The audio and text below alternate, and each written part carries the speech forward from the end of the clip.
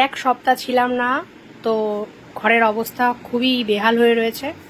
তো এসেই ফটাফট চাদর বার করে ফেলেছি আর হাতে নিয়ে নিয়েছি ন্যাকড়া, কারণ এগুলো তো প্রচুর ধুলো পড়ে গেছে। এগুলো কি যাই হোক, ঘরে বউ না থাকলে যেটা হয়, তো এগুলোকে সব এখন আমি মোছামুছি করে সুন্দর করে ঝেড়ে ঝুড়ে সমস্ত চাদরগুলো সুন্দর করে পাতবো, তবে হবে আমার শান্তি।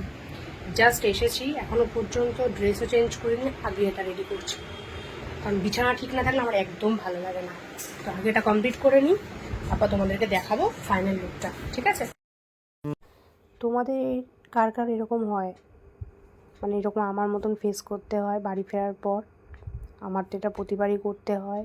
এর জন্য আমি বেশি দিন থাকতেও পারি না মায়ের কাছে, কারণ আমার মন তখন ঝটপট করে যে কী অবস্থা হয়ে রয়েছে ঘরটার কে জানে।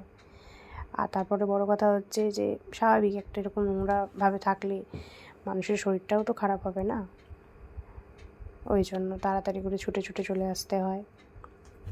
আর বিছানা গুছাতে আমার খুব ভালোও লাগে, এই একটা কাজ।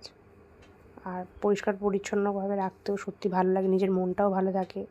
তো আমি তো বলবো সবাই সব সময় চেষ্টা করবে পরিষ্কার পরিচ্ছন্নভাবে থাকার, এতে নিজেরও ভালো লাগবে এবং শরীর স্বাস্থ্যও ভালো থাকে, আর মনটাও ভালো লাগে দেখবে সব কিছু গোছানো থাকলে, তাই না?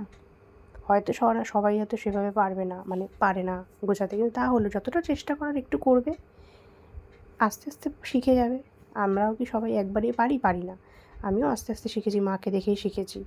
মাকে দেখতাম, মার দেখেই এই স্বভাবটা পেয়েছি, টিপটপভাবে গুছিয়ে রাখা এই সেই। এখন নিজের সংসার হয়েছে, তাই এখন এখানে গুছিয়ে কীভাবে রাখি।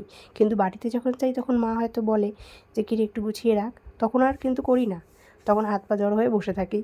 কিন্তু নিজের বাড়িতে চলে আসি যখন, তখন কিন্তু হাত পাগুলো আর জড়ো হয়ে থাকে না, তখন দিব্যি কাজে লেগে যায়। তো দেখো ঠিক সেইভাবে এটা কমপ্লিট করে নিলাম।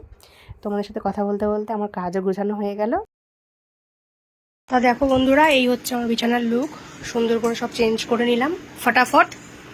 এবার দেখো দেখতে কত সুন্দর লাগছে।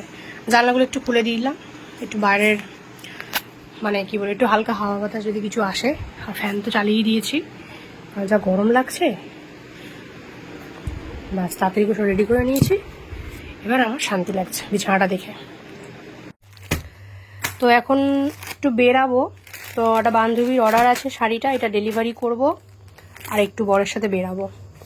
তো চলো বর্মশাই কী করছে সেটা একটু দেখা যাক।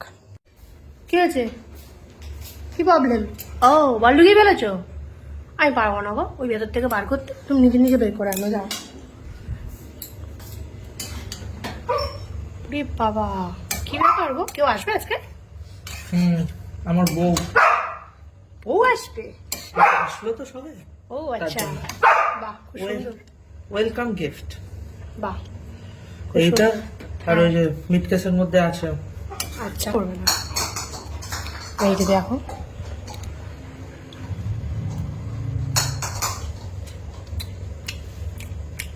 হেব্বি হয়েছে কি না, সত্যি কথা সত্যি, হেব্বি হয়েছে। তোমরাই বলো বন্ধুরা দেখে কেমন লাগছে। আমার তো দারুণ লাগছে খেয়ে, আর দেখেও দারুণ লাগছে। ও আচ্ছা, এটা কি? Chilli chicken. ও চিলি চিকেন মানে এটা ড্রাই, তাই তো? হ্যাঁ। আচ্ছা, ড্রাই চিলি চিকেন হয়েছে আর মিক্সড ফ্রাইড রাইস।